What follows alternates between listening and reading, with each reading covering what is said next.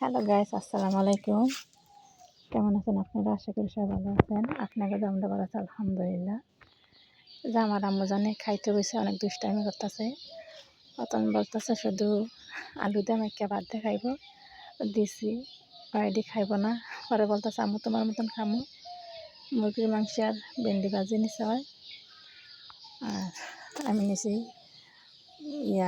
ভেন্ডি ভাজি আর তারপরে শুটকি তরকারি। খাইতে হলে অনেক দুষ্টামি করে, এটা দেখামো এটা দেখামো অনেক কিছু বলে। আর এই যে এটা আমার ঘরের পাশে পিছনে একটা কিছু গাছ গাউল আছে, এটা অনেক ভালো লাগে।